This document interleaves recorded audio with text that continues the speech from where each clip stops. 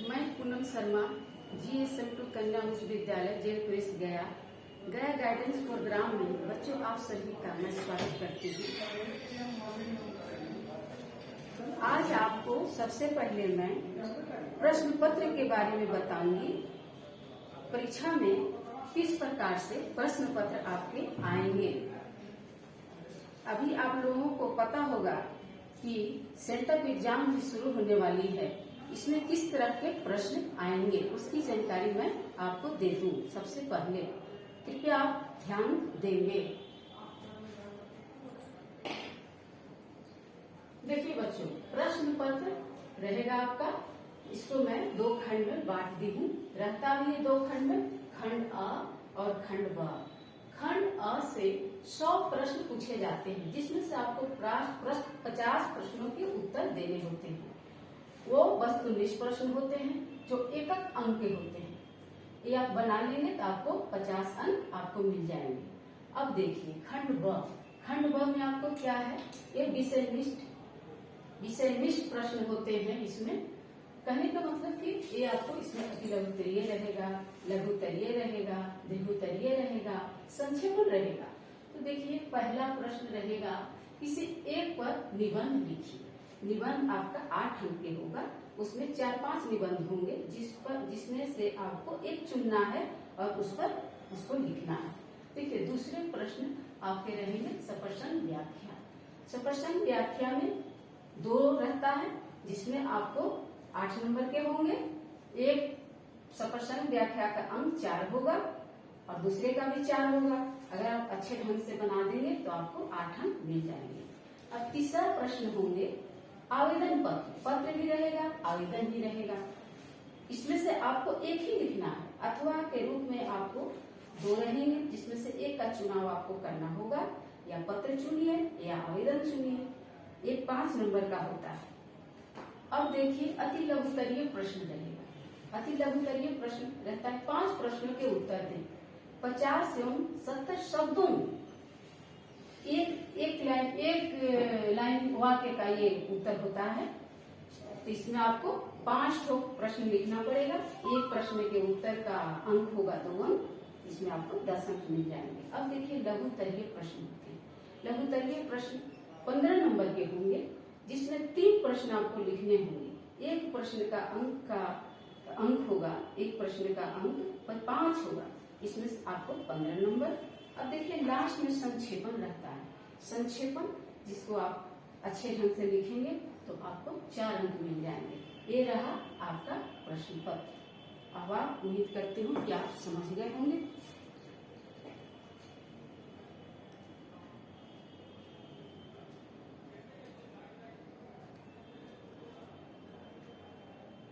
देखिए आज हम क्या अध्ययन करेंगे उसकी रूपरेखा मैं आपको बताती हूँ। आज हम पढ़ने वाले हैं आपके पाठ पुस्तक दिगंत भाग 2 का तुमुल कोलाहल कलह में। यह बहुत महत्वपूर्ण पाठ है, इससे प्रश्न आते रहते हैं। इसे आप ध्यान से सुनेंगे और समझेंगे। देखिए इसमें हम सबसे पहले किन बिंदुओं पर ध्यान देंगे। काव्य परिचय होगा, लेखक परिचय, भावार्थ एवं काव्य सौंदर्य पर आपको प्रकाश डाली जाएगी। प्रश्नोत्तर बताऊंगी। ठीक है, अब मैं शुरू करती हूँ। देखिए काव्य परिचय। काव्य परिचय ये जो आपका तुमुल कोलाहल कलह में यह जो पाठ है जयशंकर प्रसाद रचित कमायनी भाग का ही ये एक छोटा सा अंश है, आपके पाठ पुस्तक में संकलित है। यह बहुत बड़ा काव्य है। इसे हम कालजयी रचना भी बोलते हैं। हिंदी के महान साहित्यकार जयशंकर प्रसाद का कालजयी महाकाव्य है। कालजयी कहने का मतलब ये अमर महाकाव्य है। जैसे रामायण महाभारत है, उसी तरह से ये भी महाकाव्य अमर महाकाव्य है। इसमें उन्होंने सच पूछो तो जीवन के सभी पक्षों को रख दिया है। व्यक्तिगत पक्ष, आत्मिक पक्ष और हमारे गृहस्थ जीवन की आधारशिला महिलाएं हैं, उन पर भी इन्होंने सब कुछ लिख दिया है इस काव्य में, इसीलिए कालजयी रचना है। अब देखिए, कामायनी एक ऐसा अमर ग्रंथ है, ये अमर ग्रंथ है, कभी मरने वाला नहीं है, जिसने प्रसाद को महाकवि होने का गौरव प्रदान किया, महाकवि होने का गौरव प्रदान किया। कामायनी लिखने के बाद ही उनको महाकवि का दर्जा मिला, इसलिए वो महाकवि भी बने, सारी जुगांतर तक उनकी प्रसिद्धि हुई। श्रद्धा के इसमें क्या लिखे हैं कामायनी? कामायनी में आदि पुरुष मनु और श्रद्धा के मिलन से मानवता के विकास की कथा को रूपक के रूप में प्रस्तुत किया है। हम सब जानते हैं, कहते हैं कि हम मनु के संतान हैं, आप सुने होंगे कि मनु और श्रद्धा के संतान हैं हम लोग। तो आदि पुरुष थे, मानवता का जब प्रलय के बाद मानवता का संचालन या हमारे सृष्टि का संचालन इन्हीं दोनों से हुआ था। इसको आप पौराणिक कथाओं में कभी सुनने को मिला होगा या नहीं जानकारी होगी, उसे जानकारी लेने की कोशिश करेंगे। मानवता के नए युग के प्रवर्तक के दृष्टि से मनु ऐतिहासिक पुरुष है। ऐतिहासिक पुरुष है ही इसलिए कि उन्हीं के बाद सारी सृष्टि उत्पन्न हुई।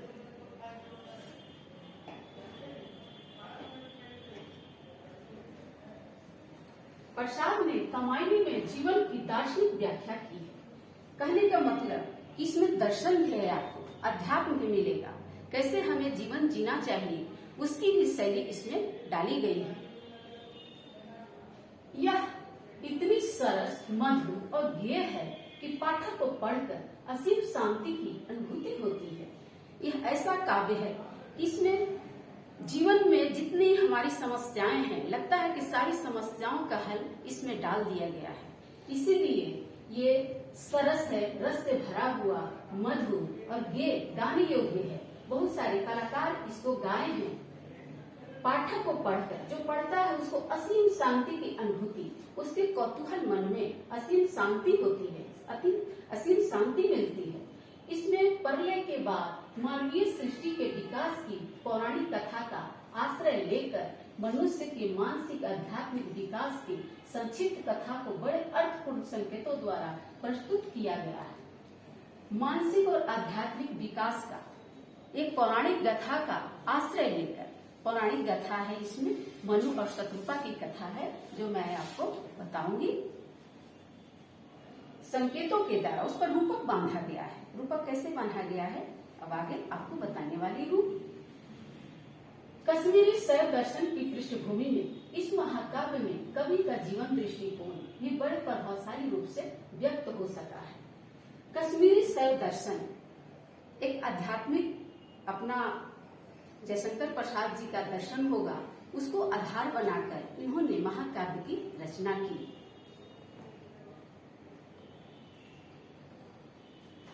अब हम जयशंकर प्रसाद जी के जीवनी के बारे में जानेंगे। इतने बड़े महान कवि हैं, इनके बारे में जानना हमें चाहिए, जरूरी भी है। देखिए, इनका जन्म 1889 ईस्वी में हुआ था। बच्चों, जन्म जो है परीक्षा में पूछा जाता है, इसको ध्यान में रखिएगा। और मृत्यु, इसलिए कि कवि जो है बहुत महत्वपूर्ण, अगर ये न रहे तो हमारी हिंदी अधूरी रहेगी। इनका निधन 1937 ईस्वी में हुआ था। जन्म स्थान वाराणसी, वाराणसी से परिचित है। पिताजी का नाम इनका देवी प्रसाद साहू था और दादाजी इनके शिवरतन साहू थे। सुरती बनाने के कारण इन्हें सुमनी साहू के नाम से विख्यात थे। सुरती, खैनी बीड़ी, उसमें एक सुगंध आता है, इसीलिए उन्हें लोग हंसी मजाक में सुमनी साहू कहते थे। शिक्षा इनकी 8वीं तक ही हुई।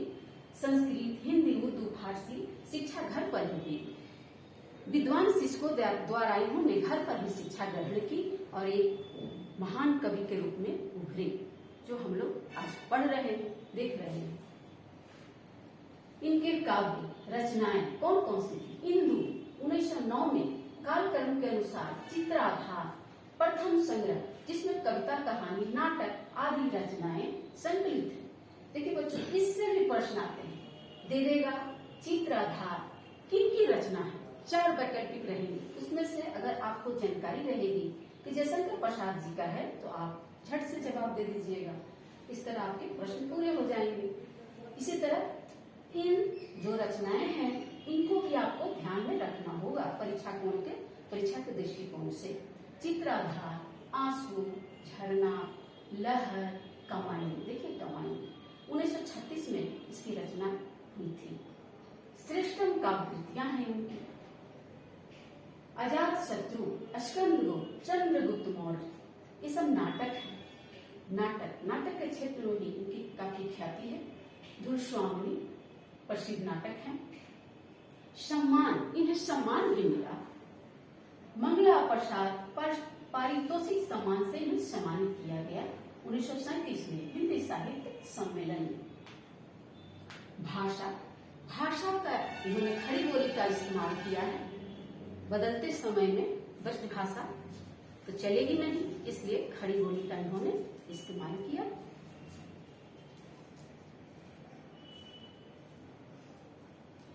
पाठ में प्रवेश। बच्चों, अब हम पाठ पढ़ाने से पहले कुछ आपको बातों की जानकारी मैं दे दूं, इसलिए कि आपको समझ में अच्छे ढंग से आएगी।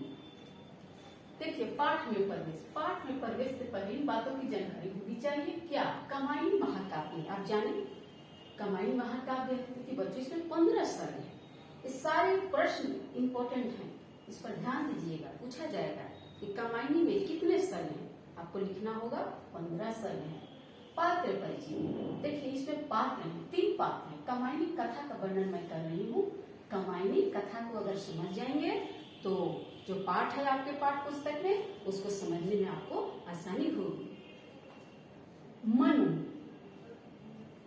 मनु जो है मनुष्य का मन है। हम मनुष्य का मन, उसको मनु कहा गया है। श्रद्धा मनुष्य का हृदय है, हमारा हृदय, उसको श्रद्धा से तुलना किया गया है। रूपक, किसी को रूपक कहते हैं। उस पर जो नाटक हम किसी का नाम लेकर कहते हैं कि नहीं आज मैं सिकंदर हूँ, उसी तरह श्रद्धा मनु का हृदय है, मनुष्य का हृदय, मेरा हृदय, आपका हृदय, उसको हम श्रद्धा से संबोधन करते हैं। ईड़ा मनुष्य की बुद्धि है। ईड़ा मनुष्य की बुद्धि है। प्रस्तुत पाठ निर्वेद सर्ग से संकलित है। ये निर्वेद एक 15 सर्ग है, जिसमें निर्वेद इनका सर्ग है। उसी सर्ग से तुमुल कोलाहल कलह में पाठ जो है आपका संकलित है आपके पाठ पुस्तक में। तो देखिए, फिर से एक बार बता दे रही हूँ। मनु मनुष्य है, मनुष्य का मन होता है। जब मैं मनु कहूंगी तो समझिएगा कि मन पर मैं बोल रही हूँ। श्रद्धा मनुष्य का हृदय है और ईड़ा मनुष्य की बुद्धि है। ठीक है। प्रस्तुत पाठ जो है निर्वेद सर्ग से संकलित है। कमायनी की कथा इस प्रकार है। देखिए, कथा है, एक कथा आपको मैं बता रही हूँ, सुनिएगा। मनु यज्ञ करते हैं। मनु जो है यज्ञ करते हैं। इसके बाद मनु को श्रद्धा से शादी होती है। शादी हो गई। मनु कृषि कार्यों को पालन के कार्य करने लगते हैं अपने गृहस्थी चलाने के लिए। श्रद्धा फिर जब शादी की है तो श्रद्धा माँ बनने वाली रहती है, माँ बनने वाली होती है। तो जब माँ बनने वाली होती है उस समय मनु पर ध्यान नहीं देती है। मनु इसलिए मन है तो वो चंचल हो जाता है। देखिएगा, मनु श्रद्धा को छोड़कर जब वो ध्यान नहीं देती हैं तो मनु श्रद्धा को छोड़कर घर से चले जाते हैं। मनु की मुलाकात ईड़ा बुद्धि, एक ईड़ा स्त्री है, उनसे होती है। मनु को ईड़ा से प्यार हो जाता है, उनको चाहने लगते हैं, उसके राजपाट को संभालने लगते हैं, उन्हीं के यहाँ रहने लगते हैं। मनु ईड़ा पर हक भी जताने लगते हैं। तो हक जताते हैं, वहाँ का प्रजा जो है इस हक को उनको अच्छा नहीं लगता है, इनका विरोध करती है। वो विरोध यहाँ तक कि मार पीट करके उन्हें मूर्छित भी कर देती है। श्रद्धा मनु को खोजते हुए जब ये बच्चा इनको होता है तो जो मूर्छित अवस्था में उनको देखती है। कब देखती है? श्रद्धा मनु को खोजते खोजते राजमहल अपने बच्चे मानव के साथ पहुंचती है। श्रद्धा ईड़ा के महल में श्रद्धा मनु को घायल और मूर्छित अवस्था में देखकर दुखित होती है। बहुत दुख होता है मनु को, और मनु को पाकर आनंद विभोर हो जाती है। देखिए, हृदय है, मनुष्य का हृदय ऐसा होता है कि वो, अगर आप मनुष्य जीवन को लीजिएगा तो 10 तरह के सवाल महिलाएं पूछेंगी, लेकिन ये हृदय है, इसलिए हृदय कोई सवाल नहीं पूछता है, वो बिल्कुल अपना लेता है। तो हृदय जो है उनको देखती है, हृदय रूपी श्रद्धा अपने मनु अपने पति को मूर्छित अवस्था में देखती है कि द्रवित हो जाती है, भाव विभोर हो जाती है और आनंद से भर जाती है और आत्मगान करती है। वो कहती है कि देखो मैं क्या हूँ, गाती है। आगे देखिए, यहाँ यही भाग जो है हमारे पाठ पुस्तक में है बिल्कुल, लेकिन उसके बाद क्या हुआ, उसके बाद क्या होता है कि मनु को तो ले आती है, फिर मनु को अपने आप पर आत्मग्लानि होती है और ईड़ा और श्रद्धा को छोड़कर वो घर से चले जाते हैं। फिर श्रद्धा जो है अपने बच्चों को ईड़ा को सौंप कर और उन्हें ढूंढने चली जाती है। फिर इसके बाद उनको लाकर और दोनों सब परिवार जो है मिलकर हंसी खुशी रहने लगते हैं। अब इसको हम आपको पढ़ाएंगे। फिर उन्हें आत्मबोध कराकर समझा बुझा कर ले आती हैं और प्रेम से सारे परिवार हंसी खुशी जीवन यापन करने लगते हैं। अब संदर्भ इसका क्या है, जो पाठ पढ़ाने वाले संदर्भ है कमायनी से लिए गए प्रस्तुत अंश। सब लोग जान रहे हैं प्रस्तुत अंश कमायनी महाकाव्य की नायिका श्रद्धा, जो वस्तुतः स्वयं कमायनी है, जो श्रद्धा है आपके कमायनी के नायिका, आपके पाठ पुस्तक की जो नायिका है वही कमायनी है, वही श्रद्धा है, वही हृदय है, वही आस्तिक बुद्धि भी है। आस्तिक बुद्धि जो हमें सही सोच देता है, अच्छे सोचने के लिए हमें प्रेरित करता है, वही है सात्विक बुद्धि। श्रद्धा जो वस्तुतः स्वयं कमायनी है, आत्मगान प्रस्तुत करती है। श्रद्धा विश्वासपूर्ण आस्तिक बुद्धि है, अभी मैं आपको बताई, जिसके द्वारा विकासगामी ज्ञान एवं आत्मबोध प्राप्त होता है। बच्चों, हम जब अपने हृदय से काम लेते हैं तो हमें विकास का मार्ग दिखता है। जब हम बेचैन रहते हैं तो हमें अच्छा हम सोचते हैं और अच्छा काम करते हैं और जीवन पथ पर आगे बढ़ते हैं और प्रगति करते हैं। वही अच्छी सोच ही यहाँ आत्मज्ञान है, आत्मगान, आत्मबोध है, जिसको अपना बोध हो, विनम्र स्वाभिमान भरे स्वर में परिचय देती है। वो हृदय है, हृदय रूपी श्रद्धा जो है विनम्र स्वाभिमान के साथ, गुस्सा के साथ नहीं, विनम्रता भरे भाव से वो आत्मगान करती है, अपने बारे में बताती है, अपने सत्ता सार का व्याख्यान करती है। मैं क्या हूँ, मेरा क्या अस्तित्व है, मैं आपके लिए क्या हूँ, उसका अस्तित्व गान करती है। प्रकारांतर में आने वाला समय में उसके बाद से यह नारी मात्र का परिचय और महिमा गान हो गया। ये नारी मात्र का परिचय वो दे दी कि नारी को ऐसा होना चाहिए या नारियां ऐसी होती हैं, नारी की महानता उन्होंने दिया। तब वाचन हम करेंगे, ठीक है। वाचन आपको देखिए, तुमुल कोलाहल कलह में मैं हृदय की बात रीमन। तुमुल कोलाहल कलह में मैं हृदय की बात रीमन कह रहा है, श्रद्धा कह रही है तुमुल कोलाहल। देखिए, तुमुल मतलब होता है अत्यधिक हो हल्ला, कोलाहल समझ रहे हैं आप, शोरगुल, कलह भी इसी के अर्थ में आएगा। बहुत अधिक शोरगुल, जैसे मनु परेशान हुए, मूर्छित अवस्था में हो गए, उनको मारा पीटा भी लोग, मानसिक भी परेशान हुए, वो शारीरिक भी परेशान हुए। बहुत अधिक परेशानी जब हमें घेर ले तो किसकी बात सुननी चाहिए? मैं हृदय की बात रे मन, मैं अपने हृदय की बात को सुनिए। तो श्रद्धा गा रही हैं, कह रही हैं कि आप इतने परेशान हैं, मैं अभी जो महिमा गान मैं बताई कि महिमा गान करती हैं, विनम्र भरे स्वभाव में विनम्र भरे बात को अपने कह रही हैं कि मैं हृदय की बात रे मन, ये मनु मैं आपकी हृदय की बात हूँ, मैं जो कहूँगी मैं सात्विक बुद्धि हूँ, आपको मैं सांत्वना देने वाली हूँ। इसे तुमुल कोलाहल कलह में मैं हृदय की बात रे, मैं ना आपके हृदय की बात की तरह हूँ। जिस तरह हृदय हमें अच्छा मार्गदर्शन देता है, अच्छी अच्छी बातें बताती हैं, उसी तरह मैं हृदय की बात हूँ। मैं आगे बढ़ती हूँ। विकल होकर नित्य चंचल खोजती जब नींद के पल, जब मनुष्य परेशान होता है, विकल होकर, नित्य चंचल, रोज के भाग दौड़ की जिंदगी से मनुष्य जब परेशान होता तब क्या करता है, खोजती जब नींद के पल, तब आप नींद सोचते हैं, थोड़ा सोना चाहते हैं, आराम करना चाहते हैं। चेतना थक सी रही तब, श्रद्धा कह रही हैं, ये बात बता रही है कि देखो मैं कौन हूँ। चेतना थक सी रही तब, चेतना भी आपकी थक जाती है। मैं मलय की बात रे मैं, तो मैं हृदय रूपी श्रद्धा मलय सुगंधित बयार की तरह आपको ठंडक प्रदान करूँगी, ठंडक दूंगी। मैं वो श्रद्धा हूँ। अब आगे,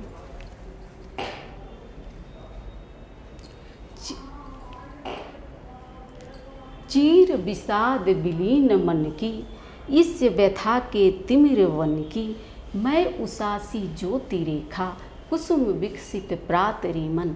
चीर विषाद, गहरे दुख, विषाद मतलब दुख, चीर मतलब बहुत गहरा दुख, दुख में विलीन मन, गहरे दुख में विलीन मन की, इस व्यथा के तिमिर बन की। दुख, व्यथा मतलब ही दुख होता है, तिमिर मतलब अंधेरा। अगर दुख दर्द से आप घिर गए हैं, मन में आपके दुख समा गया है और अब अंधेरे के समान आपकी स्थिति हो गई है, कहीं कुछ सूझ नहीं रहा है, जंगल जैसा, अंधेरे जंगल जैसी आपकी मन स्थिति हो गई है, तब कह रही हैं कि जान उस अवस्था में भी मैं उषा सी ज्योति रेखा, उषा सुबह की प्रकाश की किरणों की जैसी मैं आपके जीवन को, कुसुम जैसे सुबह विकसित होता है, फुलाता है फूल, उस तरह से मैं आपके जीवन को भर दूंगी, विकसित कर दूंगी। आपके जीवन में फूलों जैसी खुशबू हो जाएगी।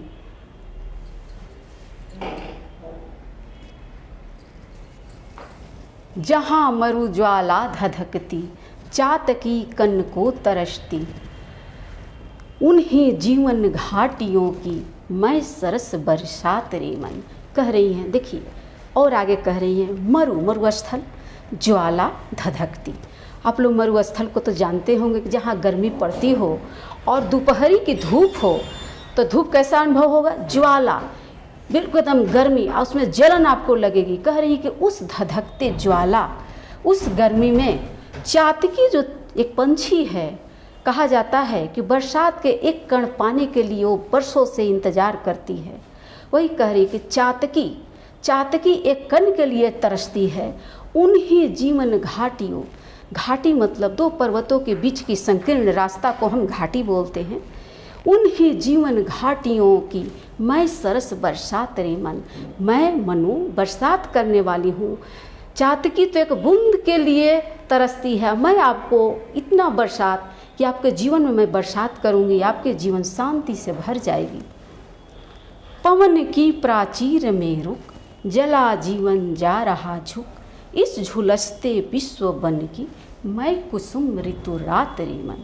कह रहे हैं पवन की प्राचीर में रुक, प्राचीर मतलब चार दीवारी होता है। गर्मी के आप जो बवंडर आप बोलते हैं कि बवंडर जो गोला आप देखे होंगे, उसमें कह रहे हैं कि कल्पना किया गया है कि बवंडर के बीच अगर आप उसमें प्रवेश कर गए हों तो उसमें से निकलना मुश्किल है। उस गर्म हवा में, उस गर्म हवा, दोपहरी जेठ की गर्मी की गर्म हवा में अगर आप कभी दोपहर में गए हों तो अनुभव करेंगे, लगेगा कि अब जीवन मेरा झुका जा रहा है, मैं अब चल नहीं पाऊंगा। जला जीवन जा रहा झुक, वैसी परेशानी में, वैसी परिस्थिति में इस झुलसते विश्व बन की, आपकी ही नहीं, ये विश्व रूपी वन, विश्व को वन से तुलना किया गया है। विश्व वन, यहाँ पर अनुप्रास अलंकार है। विश्व वन की मैं कुसुम ऋतु रात रे वन, मैं कुसुम ऋतु, बसंत ऋतु की रात के समान आपको ठंडक दूंगी, ठंडक प्रदान करूंगी। चीर निराशा नीरधर से, प्रति छाइत अश्रु सर में, मधुप मुखर मरंद मुकुलित, मैं सजल जल जात रे मन। चीर निराशा, गहरी निराशा के बादल से अगर आप घिर गए हों, दुख तकलीफ के बादल से अगर घिर गए हों, तो जब हम दुखी होते हैं तो हमारे आँख से अश्रु गिरते हैं। तो कह रहे हैं कि अश्रु में भी आपका इंतजार है, एक नए जीवन की प्रतीक्षा है, एक उम्मीद है। कह रहे हैं कि चिर निराशा से, अगर चिर निराशा के बादल से अगर आप घिर गए हों और आपके अश्रु रूपी आँख के आंसू से अगर तालाब आपका भर गया हो, रूपक बना गया है, रूपक अलंकार है, असुर रूपी तालाब अगर भरा है तो वो तालाब में मैं मधुप मुखर मरंद मुकुलित, वो कमल के समान मैं उसमें खिलूँगी और उसमें भौरा उस मधुर के पराग को लेने के लिए जाएगा। मैं उस पराग के समान, उस कमल के समान आपके अश्रु रूपी तालाब में मैं कमल बन के खिलूँगी और भौरा जो है उस पराग को लेने के लिए जाएगा। मैं सजल जल जातरे, उसमें मैं जल के साथ कमल जैसा मन मेरा रहेगा और आप शांति से जीवन व्यतीत कर सकेंगे। उम्मीद है कि आप समझ गए होंगे। अब थोड़ा सा सौंदर्य पर इसका प्रकाश डालते हैं कि इसमें क्या क्या है, कौन कौन से अलंकार होंगे। तुमुल कोलाहल कलह में तुमुल कोलाहल कलह, देखिए क और क की आवृत्ति है, अनुप्रास अलंकार यहाँ होना चाहिए। मैं हृदय की बात रे मन, और जगह रूपक अलंकार है। विकल होकर नित्य चंचल खोजती जब नींद के पल, चेतना थक सी रही तब, मैं मलय की बात रे मन, यहाँ म की आवृत्ति हुई है, यहाँ भी अनुप्रास अलंकार होगा। चीर विषाद विलीन मन की, इस व्यथा के तिमिर बन की, मैं उषा तिमिर बन के, यहाँ रूपक अलंकार है। मैं उषा सी ज्योति रेखा, कुसुम विकसित प्रात रे मन, जहाँ मरु ज्वाला धधकती, चातकी कनको तरसती, उन्हीं जीवन घाटियों की मैं सरस बरसात रे मन, पवन की प्राचीर में रूप जला जीवन जा रहा झुक, इस झुलसते विश्व बन की, यहाँ भी रूपक अलंकार भी है, अनुप्रास अलंकार भी। मैं कुसुम ऋतु रात रे मन, चीर निराशा नीरधर से, प्रतिछाई तसरो शर में, मधुप मुखर मरंद मुकुलित, मैं सजल जल जात रे मन। इसमें प्रसाद गुण है और शांत रस की अभिव्यक्ति हुई है। इस तरह आपका ये कविता पूर्ण हुआ।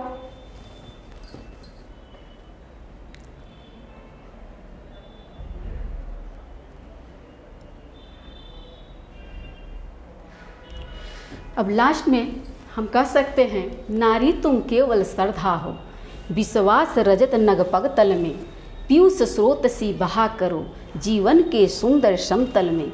आप देखें एक नारी, श्रद्धा रूपी नारी जो है, अपने पति मनु को कैसे सांत्वना दी, रास्ता दिखाई, उनके जीवन जो विदीर्ण हो चुका था उसको संवारी सजाई। इसी तरह नारी के जीवन में, नारी तुम केवल श्रद्धा हो, विश्वास रजत नगपग तल में, पीयूष स्रोत सी बहा करो, जीवन के सुंदर समतल में। गृहस्थ जीवन में नारी का साथ, नारी के उपस्थिति बहुत ज़रूरी है, तब उनका जीवन जो है सुंदर समतल के समान हो सकता है, अगर श्रद्धा जैसी नारी होंगी तो। अब देखिए आगे,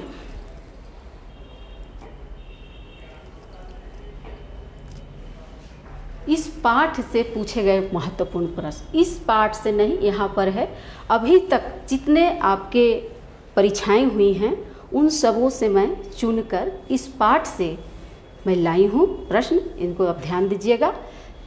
वस्तुनिष्ठ प्रश्न है ये। जयशंकर प्रसाद का महाकाव्य देखिए 21 में आया था, ये कौन सा है? कामायनी। आप जानते हैं साकेत उर्वशी मुकुल नहीं, कामायनी होगा। दूसरा है जयशंकर प्रसाद किस वाद से संबंधित रचनाकार हैं? ये 18 में आया हुआ था, छायावाद से। तुमुल कोलाहल कलह में शीर्षक कविता के कवि कौन हैं? जयशंकर प्रसाद जी। ये भी आया हुआ है, मैं लिखना भूल गई हूँ। अब देखिए अति लघुतरीय प्रश्न, हृदय की बात का क्या अर्थ है? आप इसमें लिखा हुआ है, पढ़िएगा, 21 में आया हुआ है। अब देखिए चातकी किसके लिए तरसती है? 16 में आया है, 15 में आया है। ये सब महत्वपूर्ण प्रश्न हैं, इनको देख लीजिएगा। तुमुल कोलाहल कलह में शीर्षक कविता के कवि कौन है? ये 2013 में आया हुआ है, 2012 में आया हुआ है। कवि कौन है? आप जानते हैं कौन है? जयशंकर प्रसाद जी। अब देखिए लघुतरीय प्रश्न, तुमुल कोलाहल कलह में कविता का संक्षेप में भावार्थ लिखिए। लिखा हुआ है, आप इसे देख लीजिएगा।